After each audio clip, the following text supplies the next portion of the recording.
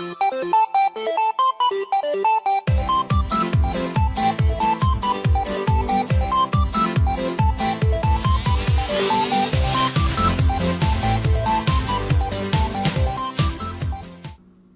Guy, welcome to episode 7 of the AMIGArama podcast. I'm your host Lefarius.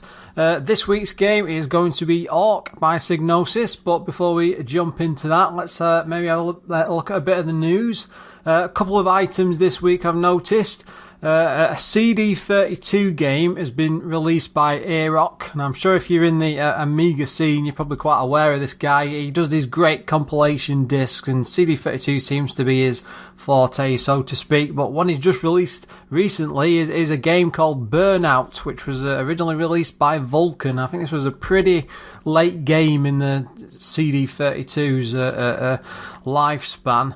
But it was one of the only games at the time which required, I think it says fast RAM. So basically you need an expanded CD32. It just will not work with the standard console whatsoever. But looking at some of the expansions listed, I think it's the SX1 and the SX32. As long as you've got them, the game should work. Now the game itself is like a top-down... like a top-down battle racer type, sort of like Mario Kart, but in very confined areas. Very, very odd. It's a battle racer. I don't know what else to call it as a game. I will stick a link into the description of the podcast episode, but go and have a look on AMIGArama.com if you can't find that, and go to it from there. Another bit of interesting news I just managed to dig up was that back in April, May earlier this year, there's a company talking about bringing out something called the Amiga D520 HDMI converter. Now, I'm using just a SCART on the back of my A1200 into what's HDMI screen. It's usable, it's perfectly usable, it doesn't cause me any problems, but there are times when I'm looking at it and I'm just a bit, it's not fantastic to look at. And when you've got things like the Raspberry Pi or emulation, you can stick it on a monitor and stuff. If you ever try and compare the games across, the screen resolution it's just a massive, massive difference. SCART just isn't there, so if possible, I'd love to get one of these, but one of the problems with it seems to be about... It's been €180 whenever it comes out. They've not actually announced a release date for it. Just said that later this year there'd be some sort of news, but there hasn't been anything yet, and I've been looking all over. So since it was announced in May, it's just died off a bit, which is a bit disappointing, but what can you do?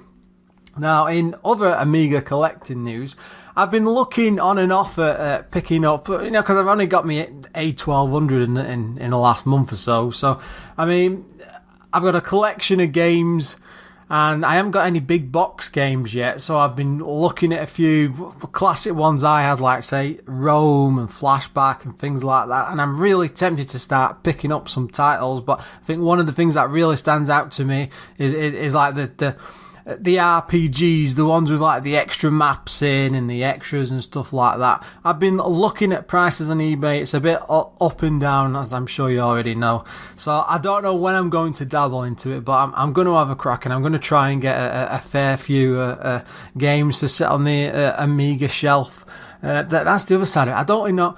These do have a lifespan on, because it's all like, it's magnetic media with discs and everything. I mean, I work in IT, and I've got a load of like old floppy disks which have been knocking around the office. They haven't been used for years and years, but every so often I'll put one in just to have a mess and look at some contents and stuff, and it still works. And I've had Amiga games in the last few years on other Amigas I've owned, and the floppies have always kept going. I don't know if like data rot is really a thing in that sense, but it's meant to be. They're not supposed to last 20-25 years, but it's probably a very, very funny thing to collect for. So I'm going to see how it goes, and we'll take it from there. For this week, I wanted to go back to a game that I was familiar with in the sense of its advertising, but I never actually managed to play back in the day. I can remember it must have been years, it seemed like, seeing this huge poster in a shop window. I mean, it must have been there for a long time, because I can remember it getting sun faded by the end of it, but it's no surprise they put it up, because it was such a gorgeous piece and the game I've chosen is Orc, which was published by Psygnosis and developed by a company called WJS. They were also responsible for something called Fields of Glory and Creatures, which I believe are two quite popular games. Now, this came out in 1992, and it only came on a couple of discs. The main art for it, which was the poster I saw, was actually done by an artist called Richard Clifton Day, and it was taken from the Blue Oyster Cult album. And I'm actually trying to read this out because it's an amazing name. It's Cultosaurus Erectus. What a fantastic title. But the actual thing itself, and it always reminds me of this like a clay motion puppet. Like the Clay Fighter style games and that style of dripping body, and very, very odd, but it's very, very standoff piece of art. Absolutely fantastic. And I can still remember seeing it on a regular basis when I'd be walking past this shop. Now, sadly, that shop only lasted about 15 years. I mean, it used to sell loads of Amiga and Spectrum games, and there's musical instruments and stuff. I don't think I've mentioned this one on the shop before. It was a very unique place, but it's all been demolished now, lost to the sounds of time. Now, the other interesting thing about this is the music is by a chap called Tim Bartlett. It's very... I don't know, it's very rushed, it's very futuristic, and when I was listening to like the opening music, I'll just play it in a second, it reminded me of the Total Recall film, and that sense of awe and wonder when you're wandering about, and the tension and stuff, and things are all kicking off and it's all going wrong, and it's very, very unique perspective.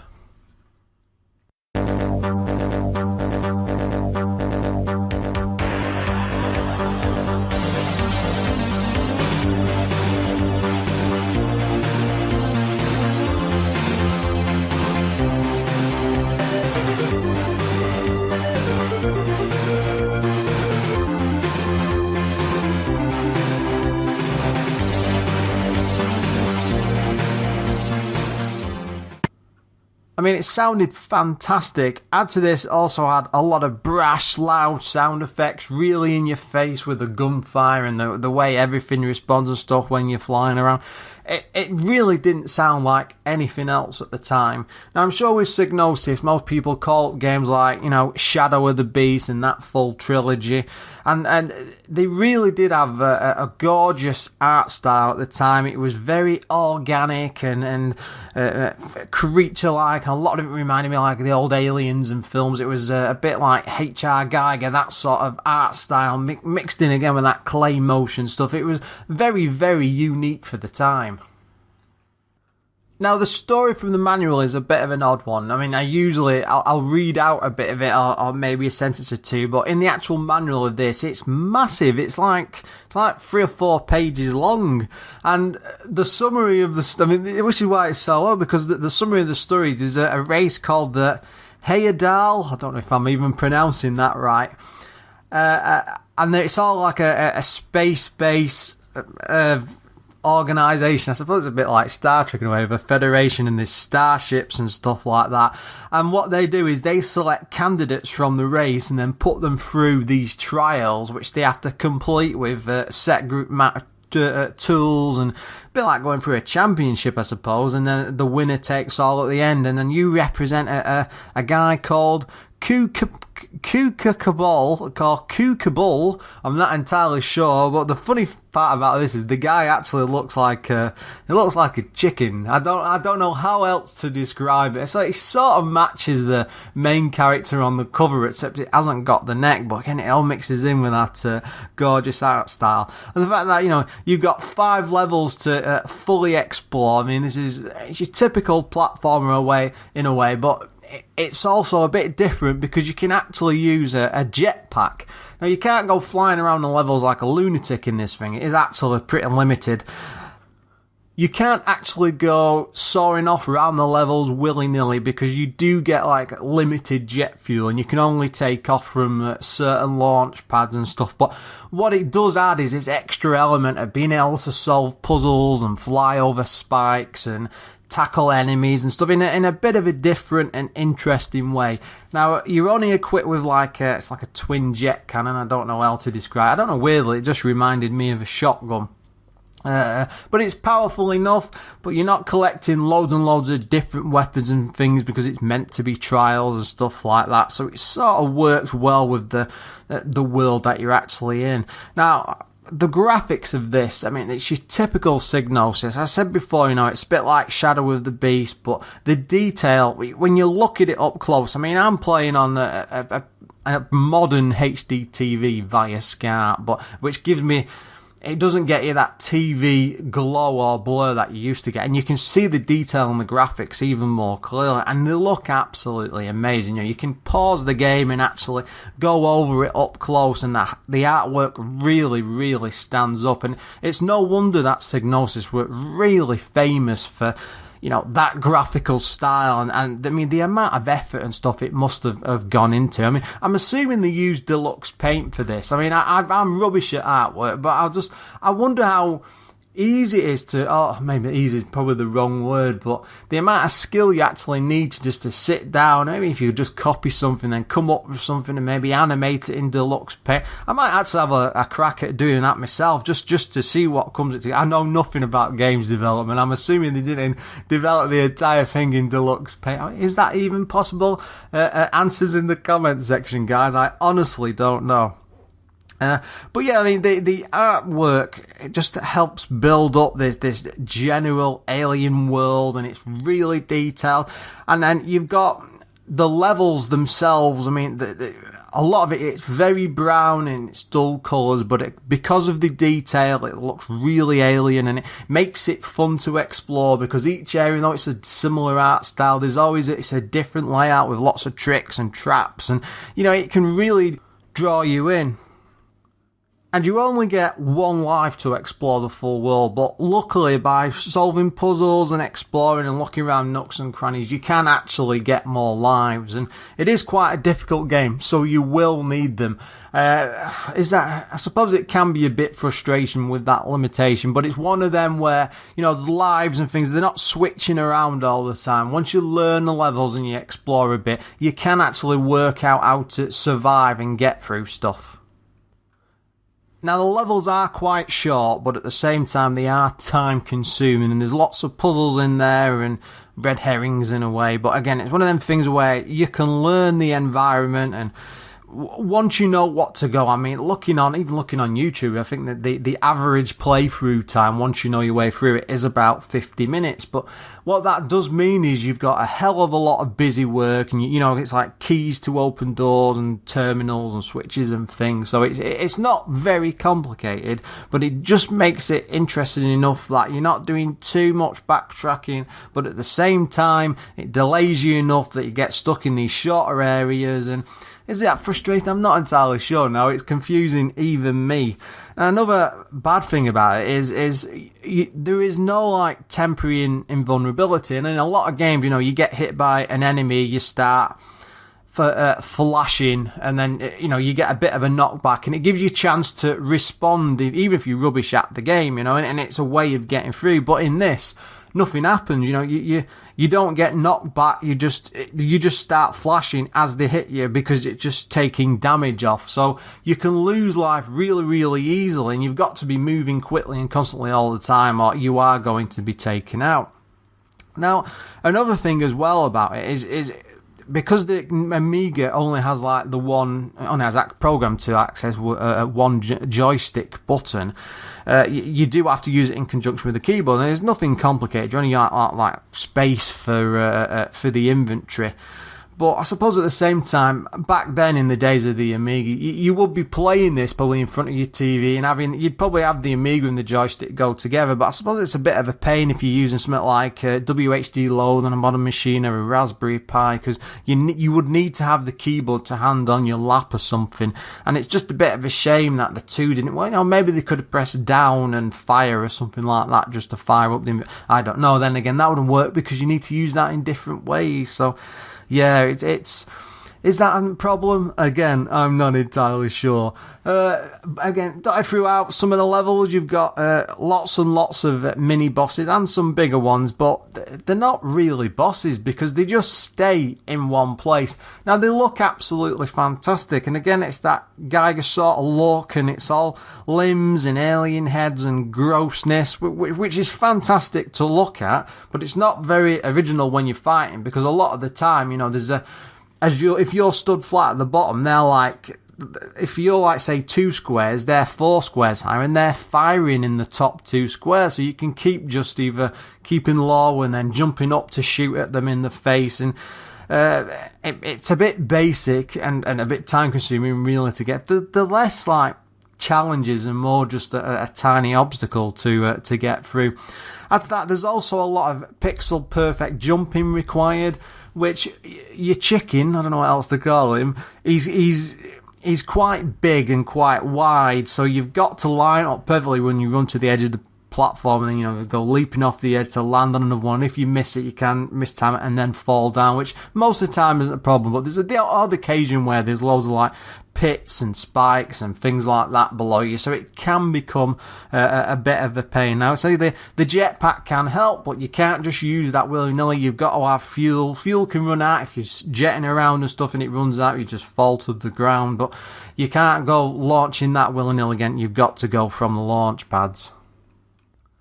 Back in the day, this was getting very, very mixed review scores. I got a couple of examples here. Probably the lowest from around about that time when it came out was The One magazine, who dabbled it with a 66%, and then probably the highest was Amiga Action with 85%. They were generally well known for being quite truthful with the reviews, and, you know, when they did things like Rise of the Robots, they actually told the truth. You know, they didn't seem to be bought out and stuff. So most of the time, their review scores you could stick to. But looking at the other magazines, you know, you're looking at things like 75%ers, 80%ers, and that's just generally what the game feels like. I mean, there's something missing about it. It reminds me in a way of Shadow with the Beast. I mean, it looks fantastic, it's got great music, it really does draw you in. There's something almost special about it, but it just doesn't have that spark. I mean, I like the fact that you're exploring it. It's a nice way of doing a platformer. You know, you're exploring, you've got to work out puzzles and things, but it just doesn't have that extra special something that makes it really interesting. And it's makes it a pretty average game, which is a shame, because I think with just a bit more spit and polish, and maybe if they'd done a bit more or added some levels or something like that, they could have just come up with something extra.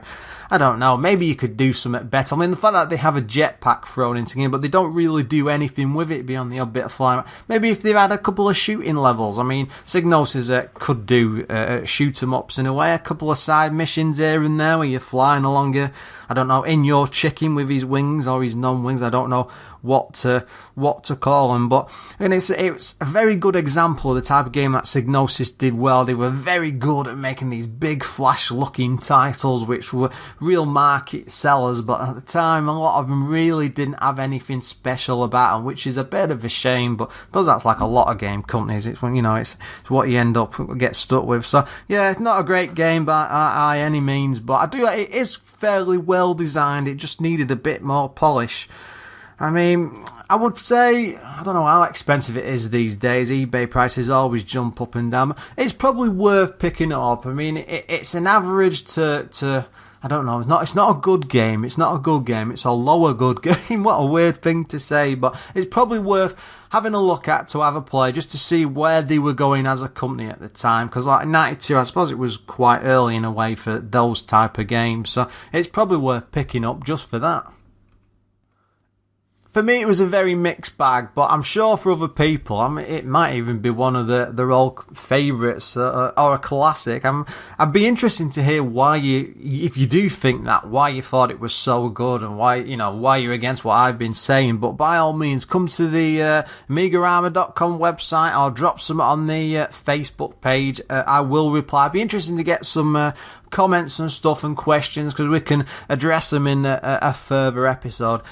As always, guys, we live and breathe by people leaving iTunes comments and reviews. That seems to be the way to get podcast notice and stuff. So got a few so far. Please, by all means, if you've got a couple of minutes and you're enjoying the show, just leave a review and let me know what you think. Again, if you have any questions or comments, go to the website and the Facebook page, stick them in there. I will always address something. One thing I'm always looking for is suggestions for games to cover. I mean, I've got a hell of a library to look after, and I may have a list of my own, but I want to, there's got to be some really unique games out there, stuff I can dip into or dig into. One I was looking at recently, just to do a bit of research, was Frontier Elite 2. I mean, that's a mammoth game. I was just reading the manual, and it's like 120 pages long, and I fired it up on my 1200, and luckily I've got an 8 meg expansion in there, so the frame rate is just about acceptable. But again, I will cover that in a future episode, but I don't know how to tackle it.